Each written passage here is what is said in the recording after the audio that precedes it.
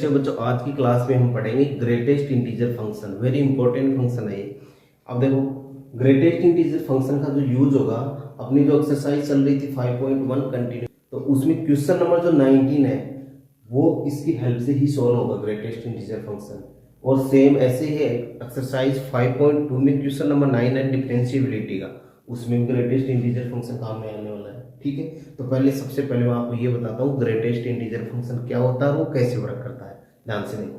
देखो, फंक्शन को रिप्रेजेंट करते हैं अपन बॉक्स एक्स से, f x is to box x. ये जो बॉक्स एक्स किसको रिप्रेजेंट करता है, इसका मीन्स होता है ये जो वैल्यू देगा बॉक्स, या तो वो एक्स होगा, जो एक्स वैल्यू देगा वो तो या तो वो इंटीजर होना चाहिए, या तो डेसिमल में जो आप वैल्यू लोगे वो उस डेसिमल जो वैल्यू लिया आपने उससे पीछे वाला इंटीजर होना चाहिए। देखो क्या है, x denoted the greatest integer, सबसे बड़े से बड़ा इंटीजर होना चाहिए, या less than equal to x, या उससे छोटा वाला इंटीजर होना चाहिए। इसका मतलब ये है जब आप इसमें 1 पुट करोगे, अब 1 आपको पता है इंटीजर नंबर है, तो ये आंसर क्या देगा 1।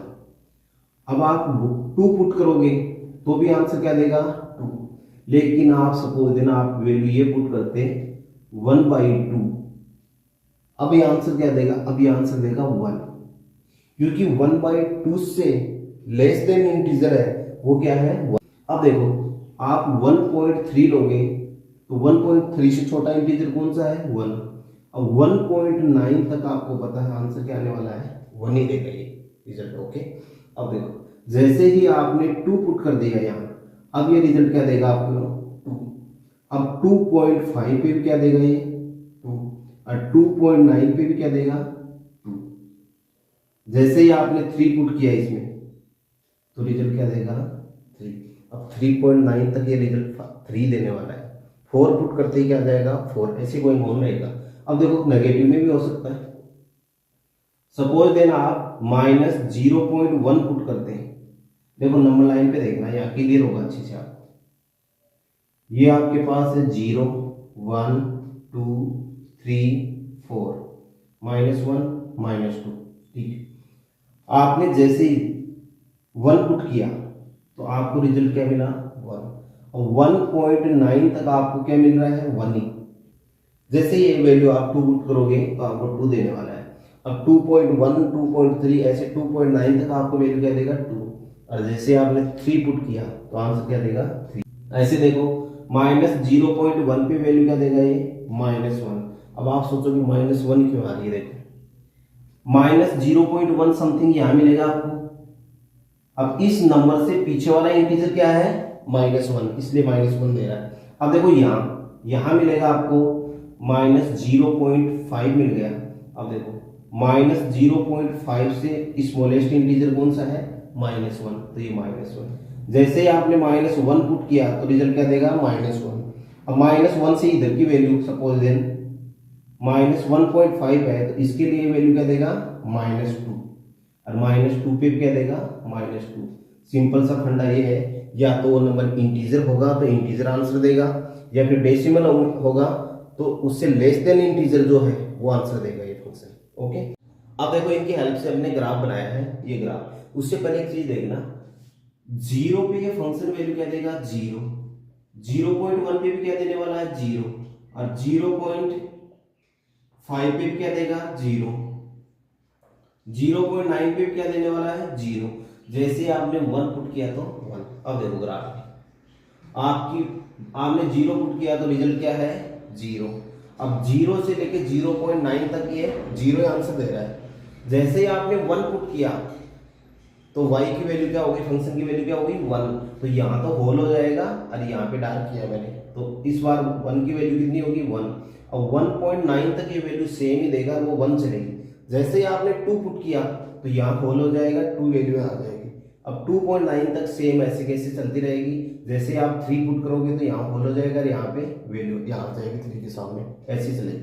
Same as it is negative में देखो, आप -0.1 से लेके 0.9 तक पुट करोगे तो वैल्यू आपकी क्या चलेगी -1, और जैसे आपने 0 पुट किया था तो यहाँ होल हो गया था, यहाँ 0 आ गया था।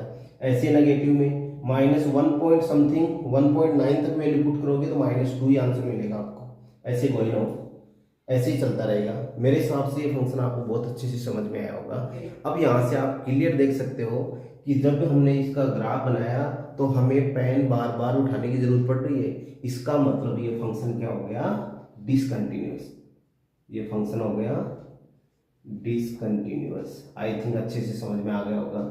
अब आप ग्राफ देख के ही बता सकते हो, यदि ग्राफ में बार बार ब्रेक पॉइंट आ रहा है इसका मतलब क्या हो गया, डिसकंटिन्यूअस।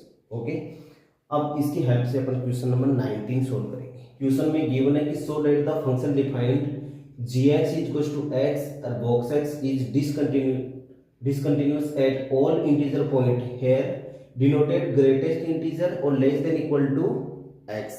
अब इस फंक्शन को हमें ऑल इंटीजर नंबर पे डिसकंटिन्यूअस शो करना है। हम कैसे करेंगे, देखो पहले तो जो क्वेश्चन गिवन है जो फंक्शन उसको ऐसे कैसे राइट करो, फंक्शन है gx x minus box x। Okay, अब आपको क्या करना है, आपको लेट करना है। इस बार कोई पॉइंट नहीं दिया क्वेश्चन में हमें, तो हम लेट करेंगे यहां से एक integer number, let x is equal to या तो 1 2 3 कोई भी इंटीजर नंबर लेट कर लो, या हम एक पॉइंट c लेट कर लेते हैं। तो ये पॉइंट हो गया c और वो किस में बिलोंग कर रहा है, इंटीजर नंबर में। c की वैल्यू कुछ भी हो सकती है, 1 2 3 4, नेगेटिव में भी हो सकती है, इसलिए हमने c ले लिया। और c कोई भी नंबर है वो क्या है, इंटीजर नंबर। अब आपको c पे चेक करना है, देखो at x equal to c पे जब चेक करोगे, एट द पॉइंट पे वैल्यू फाइंड करोगे इस फंक्शन की, तो x की प्लेस पे c पुट कर दो, तो c, तो ये बन जाएगा c माइनस और c।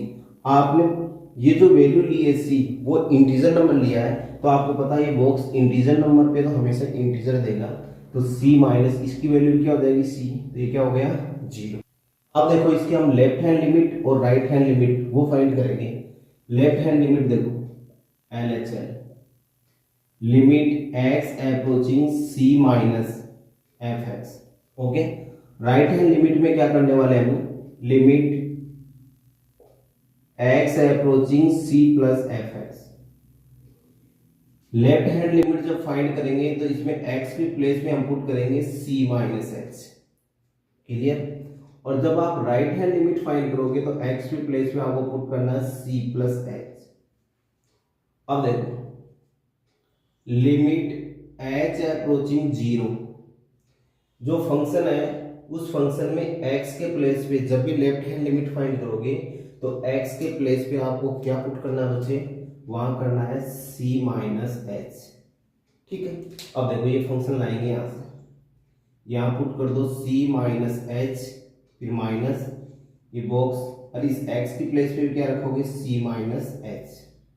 ठीक है, इसमें भी देखो लिमिट h अप्रोचिंग 0, यहां भी इस फंक्शन में क्या पुट करने वाले हो, यहां पुट करोगे c प्लस h। RHL जब भी फाइंड करोगे तो ये हो जाएगा c plus h minus c plus h। अब देखो जब यहां h टेंस टू 0 पुट करोगे तो इस फंक्शन में तो यहां h की वैल्यू 0 पुट करोगे तो कोई फर्क नहीं पड़ेगा, लेकिन ग्रेटेस्ट इंटीजर फंक्शन में फर्क पड़ता है। क्या होता है, देखो ये नंबर लाइन है सपोज देना आपके पास, ठीक है, ये c है, ये c plus 1 integer number right कर रहा हूं, c प्लस 1, फिर c प्लस 2, ऐसे c माइनस 1 और c माइनस 2। देखो जब c में से h माइनस करोगे, h जीरो नहीं होता, h नियर टू 0 होता है, h की वैल्यू 0 के लगभग बराबर होती है लेकिन 0 नहीं होती है h। ठीक है, अब इसमें इंटीजर में से कुछ माइनस करोगे तो अब इंटीजर नहीं बचेगा, ये क्या हो जाएगा, c माइनस h का मतलब यहाँ c है तो इसके जस्ट इधर जो वैल्यू है वो क्या हो जाएगी, c माइनस h, ये बनेगी। अब इस सिचुएशन में आपको पता है कि ग्रेटेस्ट इंटीजर जो फंक्शन होता है वो हमेशा वैल्यू जो देगा वो या तो खुद इंटीजर हो या उससे पीछे वाला इंटीजर आंसर देता है। तो ये c तो नहीं है, c से जस्ट इधर है तो इससे पीछे वाला इंटीजर क्या होगा, c माइनस 1। बात क्लियर समझ में आई कि नहीं आई, क्योंकि ये c से इधर है तो क्या देगा आंसर, c माइनस 1, पीछे वाला इंटीजर क्या है, c माइनस 1। अब देखो राइट हैंड लिमिट में देखो यहां इसकी वैल्यू है c प्लस h, तो c प्लस h, अब इसके जस्ट इधर यहां तो कोई इंटीजर नहीं है तो इससे पीछे वाला इंटीजर कौन सा काम में आएगा, c, तो यहाँ क्या हो जाएगा सी। मेरे हिसाब से अच्छे से क्लियर हुआ होगा। ठीक है, अब देखो यहाँ तो आप 0 पुट कर दोगे सिर्फ सी बचेगा, लेकिन ये बॉक्स वैल्यू क्या देगा, ये देगा आपको c-1, क्योंकि इसके जस्ट पीछे वाला इंटीजर क्या है c-1। तो यहाँ देखो माइनस सिंबल को अंदर मल्टीप्लाई करोगे तो माइनस सी माइनस माइनस प्लस 1, ये इससे कट जाएगा, इसकी वैल्यू क्या होगी 1। सेम एज इट इज यहाँ देखो, यहाँ हो जाएगा c, 0 पुट करोगे, ये वैल्यू क्या देने वाला आपको c+h, ये ग्रेटेस्ट इंटीजर जो फंक्शन है c+h, ये वैल्यू देगा आपको c। तो यहाँ क्या रखोगे c, इससे ये कटेगा तो वैल्यू क्या आ गई 0। अब यहां से देख सकते हो कि LHL नॉट इक्वल RHL, तो therefore function is discontinuous, function is discontinuous at x is equal to c belong to integer number, कि x वो किस में बिलोंग कर रहा है इंटीजर में। इसका मतलब जितने भी इंटीजर नंबर्स हैं उन सब पे ये फंक्शन क्या होगा डिसकंटिन्यूअस। ओके, आई थिंक बहुत अच्छे समझ में आया होगा। ओके, मिलते हैं नेक्स्ट वीडियो में। Thank you.